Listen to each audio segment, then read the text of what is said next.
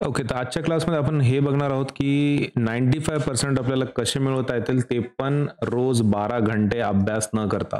ठीक आहे? तर ह्याच्यामध्ये आपण एकदम चांगल्या प्रकारे मी तुम्हाला समजवतो, की 12 घंटे अभ्यास न करता आपल्याला तरी पण कसं 95% भेटू शकतील. तुम्हाला फक्त थोडंसं लक्ष देऊन ऐकायचं बस, राइट? तर तुमच्या एकदम महत्त्वाची गोष्ट सांगणार आहे मी तुम्हाला, फक्त 5-10 मिनिटाची गोष्ट आहे. पण तुम्हाला कसा अभ्यास करायचा याची एक आयडिया होऊन जाईल, है ना, स्टेट बोर्डसाठी. ओके, तर आपण एकदा सुरुवात करूयात. माझं नाव अजिंक्य सोळंके आणि आजच्या व्हिडिओमध्ये आपण फक्त एवढं बघणार आहोत, की 95% 12 घंटे अभ्यास न करता आपण भेटू शकतात का? ओके, तर त्याच्यावरती आपण बोलूयात. ओके, तर सगळ्यात पहिली गोष्ट आहे मिथ. ठीक आहे? ओके, तर मेन गोष्ट कशी आहे, की आपल्या डोक्यात नेहमी एक प्रॉब्लेम असतो, की आपण विचार करतो, की आपला एक मित्र आहे, राइट? आणि तो 3-4 घंटे अभ्यास करतोय. आपण नेहमी ऐकतो, राइट? आपल्याकडे 2 प्रकारचे मित्र असतात. एक असतात, की जे दिवसभर अभ्यास करतात, दिवसभर रट्टा मारतात आणि एक असे असतात, की जे 3-4 घंटे फक्त अभ्यास करतात, मूव्हीज पण बघतात, क्रिकेट पण खेळतात आणि रिझल्ट 96% 97% येतो. मग आपल्या प्रिपरेशन म्हणजे आपण पण तसं करू शकतो का, की आपण लाईफ एन्जॉय करत-करत पण अभ्यास करून पण 95% अँड अबोव्ह रिझल्ट आणू शकतो का? तर बिलकुल आणू शकतो. फक्त पॉइंट कशाचा आहे? आवर मॅनेजमेंट. तर ही गोष्ट लक्षात घ्या, की तुम्ही किती घंटे अभ्यास करता हे इम्पोर्टंट नाहीये. सगळ्यात पहिलं मिथ काय आहे, पोरांच्या लाइक डोक्यामध्ये हे लॉजिक असतं, की आपण जितके घंटे जास्त अभ्यास करतो, तितका चांगला रिझल्ट येईल. हे सगळ्यात डोक्यातून सगळ्यात पहिले काढून घ्या. तुम्ही कमी घंटे अभ्यास केला तरी चांगलं चालतं, पण त्या काय पाहिजे अभ्यासामध्ये? क्वालिटी पाहिजे.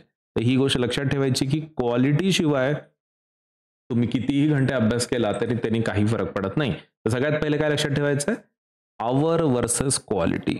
Hours versus quality. तर तुम्ही किती घंटे अभ्यास करता त्याच्यापेक्षा तुम्ही जितक्या वेळ घंटे अभ्यास करता, जितका अभ्यास करताय त्याला चांगल्या प्रकारे कंप्लीट करायचं क्वालिटी ठेवायची आहे.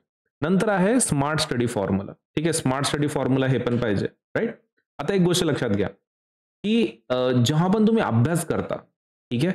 तर त्याच्यामध्ये सगळ्यात मेन आहे, की तुमचा स्टडी फॉर्म्युला कसा आहे?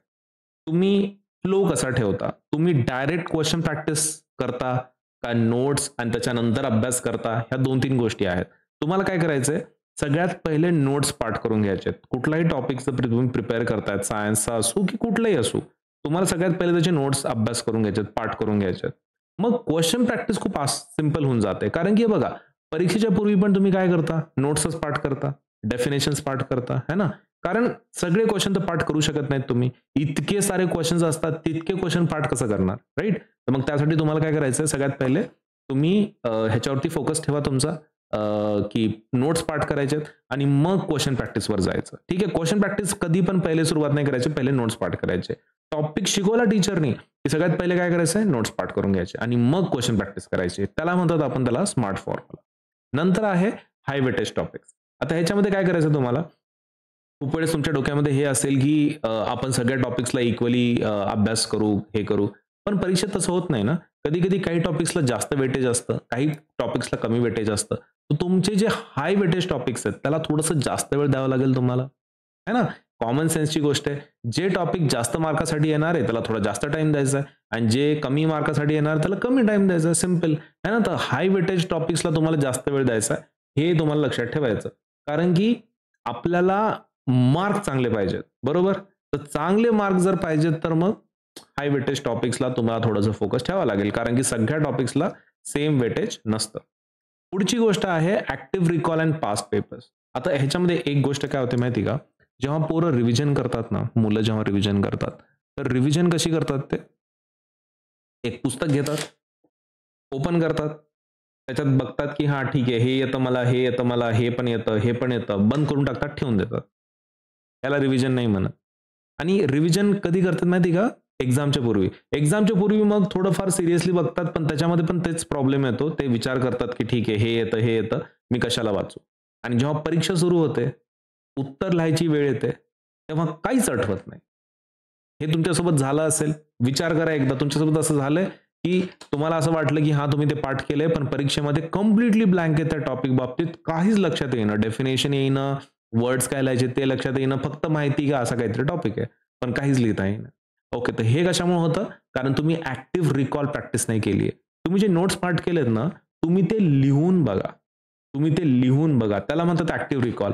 म्हणजे तुम्ही जे पाठ केलंय ना, तुम्ही ते लिहून बघा, की तुम्हाला खरंच लिहिता येतं का नाही आणि ते पण न बघता हां. नाहीतर असं नाही, तुम्ही असा विचार करत असाल, "सर जर लिहायचंच जर आहे तर मग बघून लिहितो, काय प्रॉब्लेम आहे?" त्याला ॲक्टिव्ह रिकॉल नाही म्हणत ना. ॲक्टिव्ह रिकॉलचाच मीनिंग आहे, की तुम्ही त्याला एकदा लिहून बघितलंय का?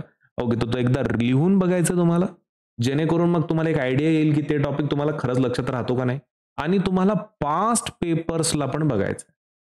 एक गोष्ट लक्षात घ्या. खूप सारे क्वेश्चन काय होतात ना, पाठीमागच्या परीक्षेचे रिपीट होतात. जसेच्या तसे नाही, कधी-कधी तर जसेच्या तसेही होतात.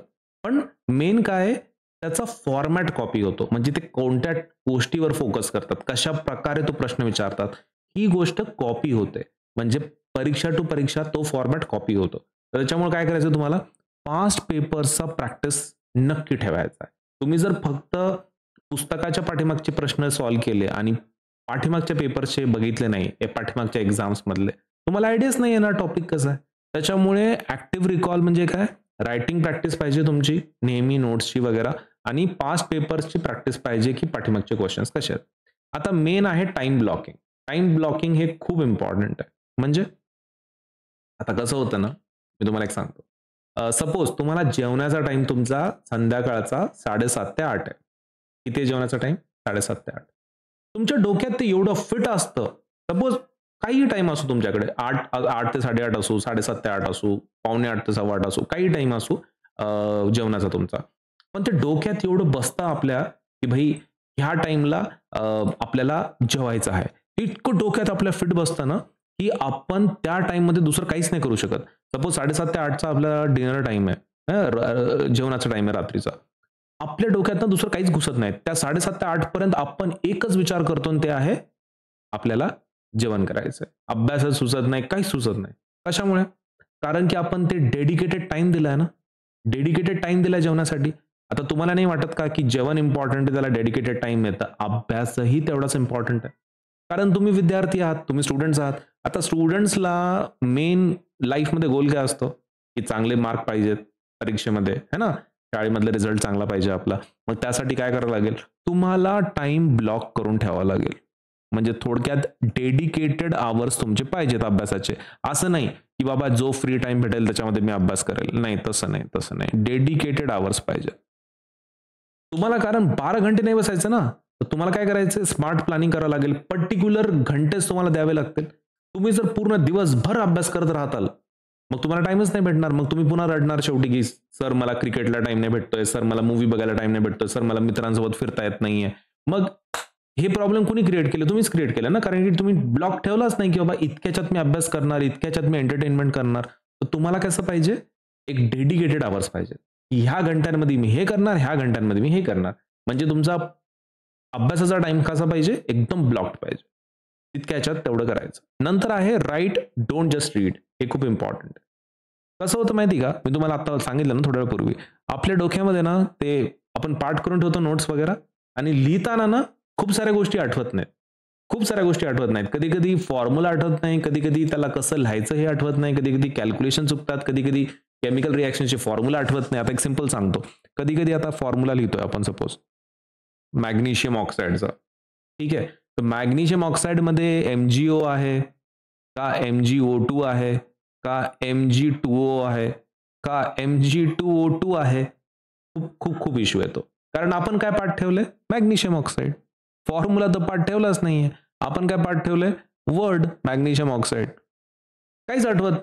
कशामुळे झालं? कारण रायटिंग प्रॅक्टिस नाही. तर म्हणून मी तुम्हाला म्हणतोय, की फक्त अन् फक्त वाचू नका. नुसतं वाचून काय होईल माहिती का? तुम्हाला रायटिंग प्रॅक्टिस पण लागेल कारण की शेवटी एक्झाम कशाची आहे? ओरल परीक्षा आहे का तुमची? तुमची ओरल परीक्षा आहे का? ओरल जसं आपण घेतो ना छोट्या मुलांसाठी 2nd स्टँडर्ड, 3rd स्टँडर्डमध्ये 2री 3रीमध्ये ते ओरल परीक्षा असतात. टीचर प्रश्न विचारतात, तोंडी प्रश्न विचारतात आणि तोंडीच उत्तर द्यायचे असतात. त्याच्यामध्ये हे खूप परफेक्ट आहे. नुसतं वाचायचं ओरल एक्झामसाठी. पण आपली ओरल परीक्षा आहे का? नाही. आपली बोर्ड एक्झामिनेशन आहे. मग तिथे कसं लिहिण्याची प्रॅक्टिस पाहिजे तुम्हाला. त्याच्याशिवाय नाही होणार. ठीक आहे. सर हे सगळे पॉइंट्स तुम्ही लक्षात ठेवा आणि मेन काय आहे? माइंडसेट आणि एक्झाम डे. एक्झाम डेच्या दिवशी तुम्हाला थोडंसं कसं सगळं बॅलन्स पाहिजे, हायघाई नाही पाहिजे, असं नाही पाहिजे की तुमचा अभ्यास झालाच नाही किंवा हे. तर हे सगळं प्लॅनिंग पहिल्यापासून क्रिएट करून ठेवायचं तुम्ही जर हे सगळ्या गोष्टी फॉलो केल्या, माइंडसेट नीट ठेवला, एक्झाम डेच्या दिवशी जास्त हायगाय नाही केली, अभ्यास तसा केला जसा मी तुम्हाला सांगितलंय, डेडिकेटेड टाईम स्लॉट्स ठेवलेत, ॲक्टिव्ह रिकॉल करतायत तुम्ही, हाय वेटेज टॉपिक्सला जास्त फोकस करताय, स्मार्ट स्टडी फॉर्म्युला आहे तुमचा आणि क्वालिटीला जास्त फोकस करतायत घंट्यांपेक्षा, तर तुम्हाला 95% डेफिनेटली भेटू शकतात. तुम्हाला काहीच टेन्शन घ्यायची गरज नाहीये. डेफिनेटली तुम्हाला 95% भेटू शकतात. तर ह्याच्यावरच आपला आजचा व्हिडिओ संपवूयात. पुढच्या व्हिडिओमध्ये तुम्हाला अजून डिटेल सांगतो मी, की तुम्हाला एक्झॅक्टली अजून काय करायचंय. आजच्यामध्ये तुम्हाला मी एक आयडिया सांगितली, एक बेसिक तुम्हाला कसं अप्रोच करायचा अभ्यासाला. चॅनलला सबस्क्राईब करून ठेवा, व्हिडिओला लाईक करा, जेणेकरून तुम्हाला अशाच प्रकारचे चांगले चांगले व्हिडिओज, दर्जेदार व्हिडिओज अनअकॅडमी तर्फे देण्यात येतील. Thank you.